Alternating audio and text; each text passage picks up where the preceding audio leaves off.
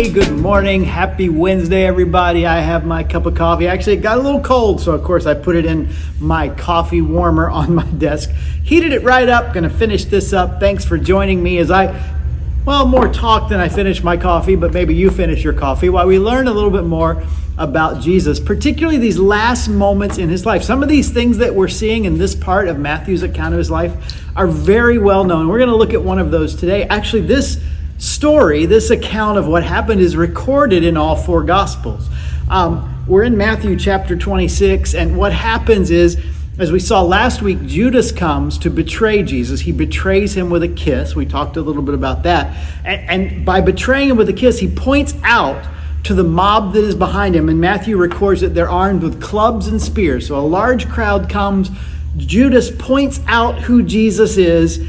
And now the crowd steps forward to take Jesus. Well, it's in that moment. I mean, you can imagine the tensions that are just ready to boil over.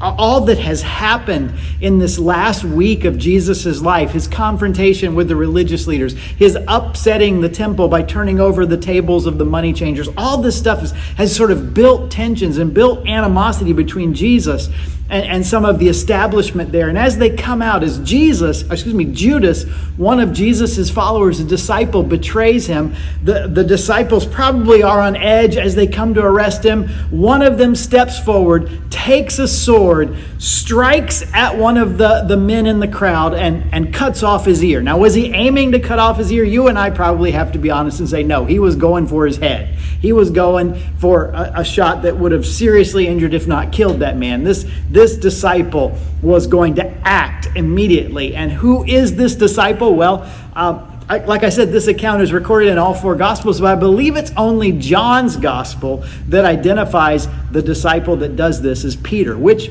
on the one hand, shouldn't surprise us. Peter is always ready to act.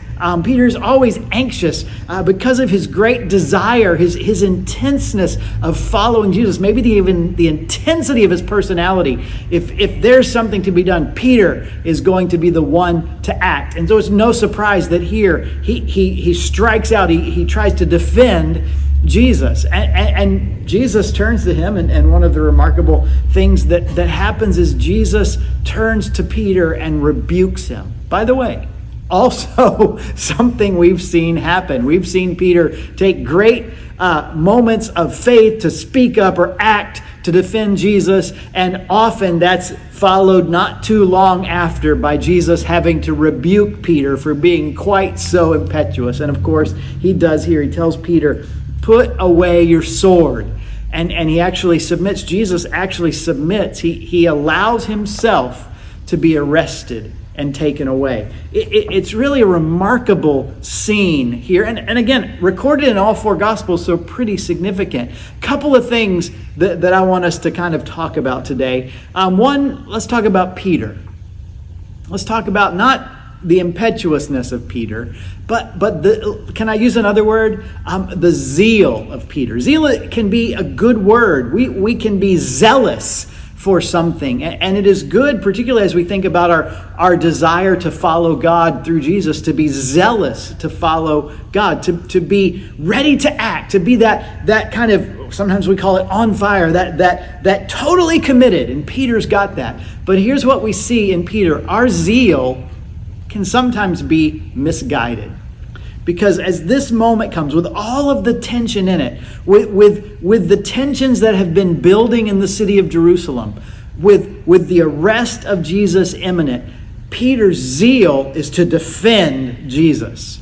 He loves Jesus intensely with all of his heart, and he would do anything. Of course, we know he's already said that, and Jesus says, you're going to deny me, but let's put that away for a He demonstrates his desire to do anything for Jesus, to come to his defense. And in doing that, chops off.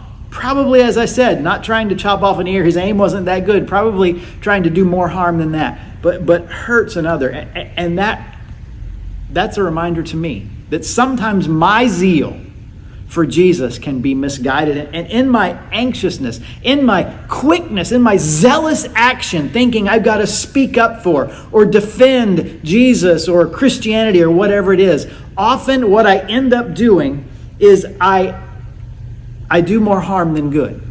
I act out of my zeal, lash out, and ultimately, maybe I don't literally cut off an ear, but you know what I can do?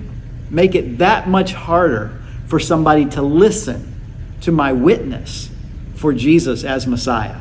It is a humbling reminder that while to be zealous in our faith is good, we've got to be careful that zeal doesn't get the best of us like it did here, and that we lash out in our zeal and end up doing more harm than good. That's why Jesus rebukes Peter. He says, put away your sword. This isn't the time for that. Which brings me to the other thought I have, the other emphasis I see, and that's Jesus himself. One of the remarkable things about this moment is Jesus heals this man's ear. It says he's the chief priest, or one of the high priests. Where is it? The servant of the high priest is who had his ear cut off. So he's pretty high up the food chain as we would think about it. This would be a pretty important person connected to the high priest of Israel.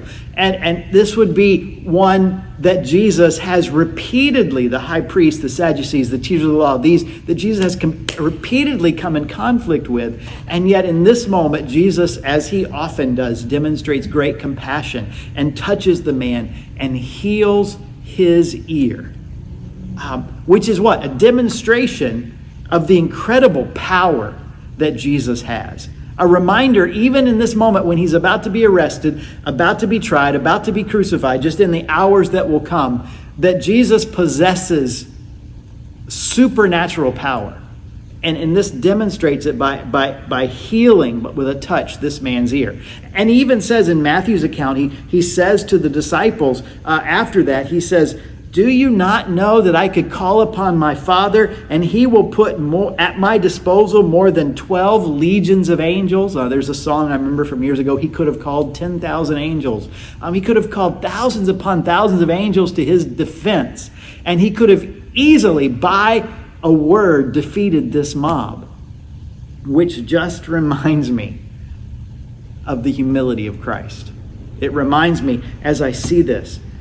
We're coming out of, this is happening in the Garden of Gethsemane, where Jesus has literally agonized over the decision that he would submit to the will of the Father. Not my will, but yours, he prayed. That he would willingly allow himself to be arrested and crucified. That he would die for the sin of the world. He would allow the cross to come into his place. As Luke's gospel said, he set his face steadfastly toward Jerusalem, as he knew going there would result in these very things. And with the power at his disposal to stop it all in a second, Jesus chooses not to. In fact, in John's gospel, one of the things that John records that he said is about this cup. That this cup has to happen. And that reminds us of the words he prayed in the garden.